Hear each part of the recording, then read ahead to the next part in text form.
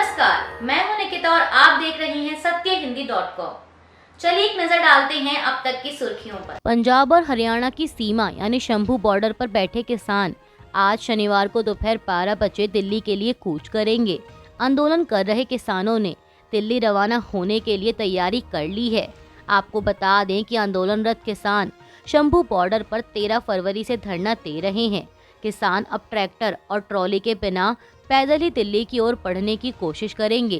जानकारी देते हुए किसान नेता सरवन सिंह पंथेड़ ने कहा कि विरोध प्रदर्शन 307वें दिन में प्रवेश कर गया है और 101 किसानों का हमारा तीसरा जत्था आज 12 बजे तक दिल्ली के लिए रवाना होगा। उन्होंने कहा कि पूरा देश इस विरोध प्रदर्शन से जुड़ा हुआ है, लेकिन हमारे प्रधानमंत्री इससे दूरी बनाए हुए हैं और केंद्रीय कृषि मंत्री इस बारे में कुछ नहीं कह रहे। पंथेड़ ने कहा कि सरकारी एजेंसियां यह सुनिश्चित करने की पूरी कोशिश कर रही हैं कि मोर्चा जीत ना पाए। आपको बता दें कि किसान आंदोलन के बीच पंजाब हरियाणा की सीमा पर अनिश्चितकालीन अनशन पर बैठे किसान नेता जगजीत सिंह डल्लेवाल की तबीयत बिगड़ रही है। सुप्रीम कोर्ट ने डल्लेवाल को तत्काल चिकित्सा सहायता उपलब्ध कराने का निर्देश देते हुए शुक्रवार को कहा कि प्रदर्शनकारी किसानों को विरोध का गांधीवादी तरीका अपनाना चाहिए। इस बीच किसान नेता राकेश टिकैत ने शुक्रवार को डल्लेवाल से मुलाकात की। यह मुलाकात खनौरी बॉर्डर पर हुई। मुलाकात के बाद राकेश टिकैत ने कहा कि सरकार को बातचीत का माहौल बनाना चाहिए। डल्लेवाल की तबीयत को लेकर हम चिंतित हैं। टिकैत ने कहा कि अब दिल्ली जाने के लिए हम नया प्लान बनाएंगे। फिलहाल दिल्ली जाने का माहौल नहीं है। दिल्ली जाने के लिए बड़ी तैयारी करनी पड़ेगी। हम देखेंगे कि स्थिति कैसी होती है। अभी तो यह है कि पहले सब ठीक हो जाए और जब हरियाणा का समय आएगा तब हम आगे का प्लान बताएंगे। आपको बता दें कि किसानों की मांगों को लेकर खनौरी बॉर्डर पर किसान नेता जगजीत सिंह डल्लेवाल आमरण अनशन कर रहे हैं। अनशन की वजह से उनकी सेहत लगातार बिगड़ती जा रही है। मीडिया रिपोर्ट्स के मुताबिक वे 17 दिनों से अधिक समय से अनशन पर हैं।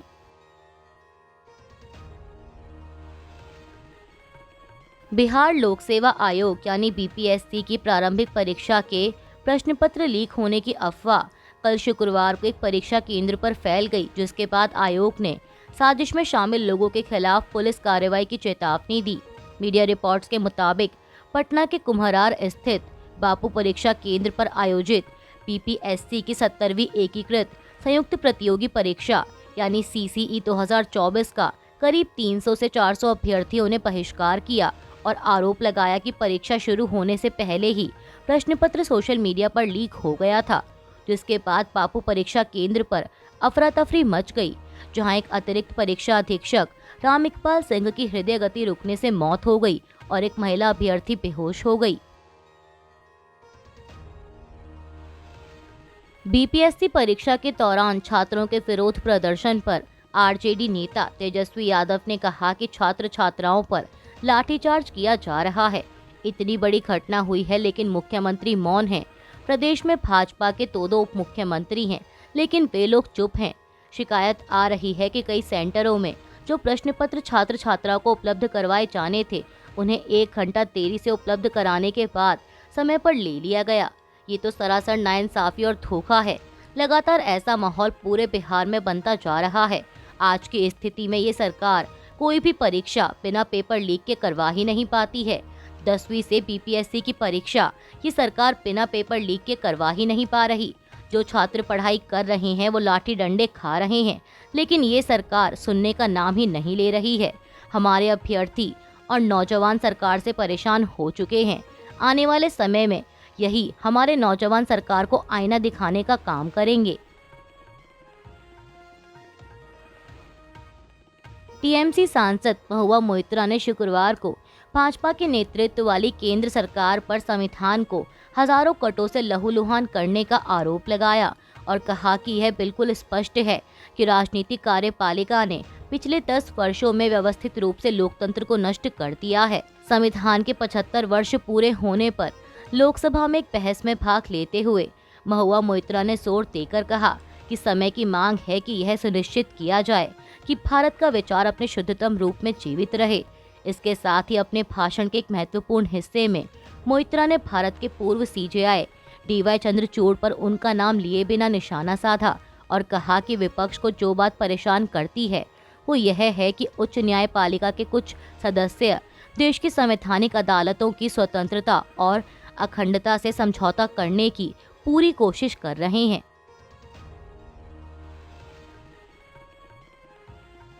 कांग्रेस नेता प्रियंका गांधी वाड्रा ने भी शुक्रवार को लोकसभा में अपने पहले भाषण में भाजपा पर तीखा हमला करते हुए कहा कि ऐसा लगता है कि प्रधानमंत्री नरेंद्र मोदी को समझ में नहीं आया कि यह भारत का संविधान है, न कि संघ का विधान। प्रियंका गांधी ने लोकसभा में संविधान पर बहस के दौरान दावा किया कि अगर लोकसभा चुनाव के नतीजे नहीं आते तो सत्तारूढ़ पार्टी संविधान बदलना शुरू कर देती। उन्होंने संविधान को न्याय, एकता और अभिव्यक्ति की स्वतंत्रता का सुरक्षा कवच बताया और कहा कि भाजपा के नेतृत्व वाली सरकार ने पिछले 10 वर्षों में इसे तोड़ने का हर संभव प्रयास किया है।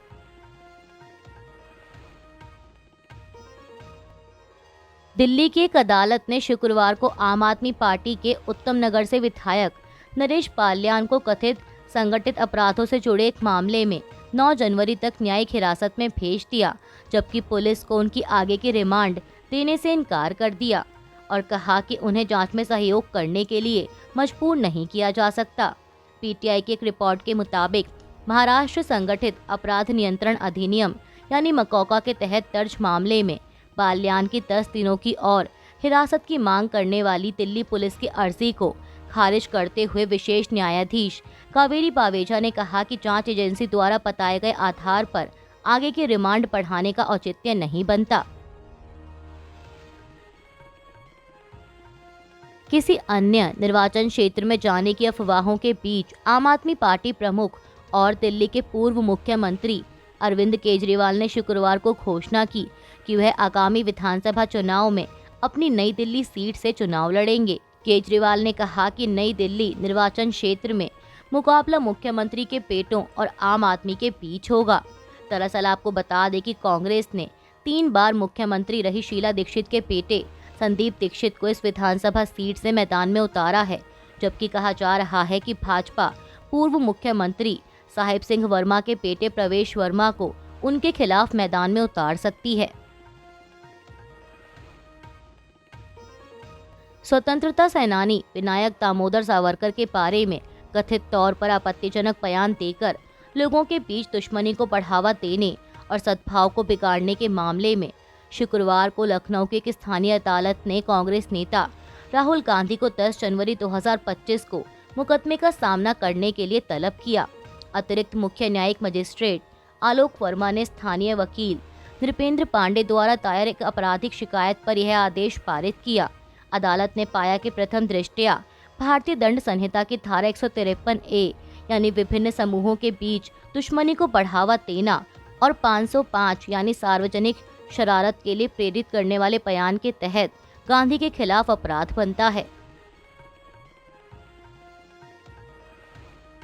सियालदह कोर्ट ने शुक्रवार को आरजीकर मेडिकल कॉलेज के पूर्व प्रिंसिपल संदीप घोष और ताला थाना के प्रभारी अभिजीत मंडल को बेल दे दी है। अब इस पर पश्चिम बंगाल की बीजेपी इकाई और टीएमसी के नेताओं की प्रतिक्रिया आई है। पश्चिम बंगाल की बीजेपी नेता अग्निमित्रा पॉल ने एएनआई से बात करते हुए कहा कि यह शर्मिंदगी का विषय है कि सीबीआई समय पर आरोप पत्र नहीं दे पा रही है। कुछ अफसरों को बचाने के लिए सारे विभाग की बेइज्जती हो रही है। बीजेपी नेता ने कहा कि क्यों सीबीआई सही समय पर आरोप पत्र नहीं दे पा रही, ये हम लोग बर्दाश्त नहीं करेंगे। पश्चिम बंगाल बीजेपी पीड़ित परिवार के साथ है। वहीं राज्य की सत्ताधारी पार्टी टीएमसी के नेता कुणाल घोष ने कहा कि रेप और हत्या के केस में कोलकाता पुलिस ने 24 घंटे के अंदर मुख्य अभियुक्त को पकड़ लिया था, लेकिन सरकार विरोधी लोगों ने सीबीआई को केस देने के लिए प्रदर्शन किया, जिसके बाद केस सीबीआई को दे दिया गया। उन्होंने कहा कि अब ये जानकारी मिली है कि संदीप घोष को बेल हो गई है। हम किसी का समर्थन नहीं कर रहे और ना ही किसी के खिलाफ हैं, लेकिन हम यह कहना चाहते हैं कि निराधार तरीके से सरकार को बदनाम किया जा रहा था। टीएमसी नेता ने आगे कहा कि बलात्कार और हत्या के मामले में इन लोगों की संलिप्तता सीबीआई साबित नहीं कर पाई और इस वजह से उनकी बेल हो गई।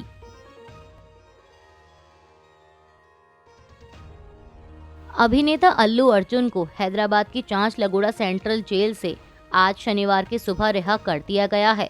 आपको बता दें कि हैदराबाद पुलिस ने शुक्रवार को उन्हें गिरफ्तार कर कोर्ट में पेश किया था और इसके कुछ देर बाद तेलंगाना हाई कोर्ट ने उन्हें 4 हफ्तों की अंतरिम जमानत दे दी थी, लेकिन उन्हें शुक्रवार रात को रिहा नहीं किया गया। इस पर अल्लू अर्जुन के वकील अशोक रेड्डी ने कहा कि शनिवार की सुबह अल्लू अर्जुन को रिहा कर दिया गया है। उन्होंने कहा कि तेलंगाना हाई कोर्ट से उन्हें ऑर्डर की कॉपी मिल गई थी, लेकिन इसके बाद भी उन्हें नहीं छोड़ा गया। उन्हें इसके बाद क्यों नहीं छोड़ा गया, जबकि हाई कोर्ट ने कहा था कि ऑर्डर की कॉपी मिलने के तुरंत बाद अल्लू अर्जुन को छोड़ना होगा, लेकिन ऐसा नहीं हुआ। इस पर जवाब देना होगा। हम इसके खिलाफ कानूनी लड़ाई लड़ेंगे। दरअसल आपको बता दें कि अल्लू अर्जुन की फिल्म पुष्पा 2 दी रूल की स्क्रीनिंग के दौरान मची भगदड़ में एक महिला की मौत के बाद अभिनेता के खिलाफ मामला दर्ज किया गया था।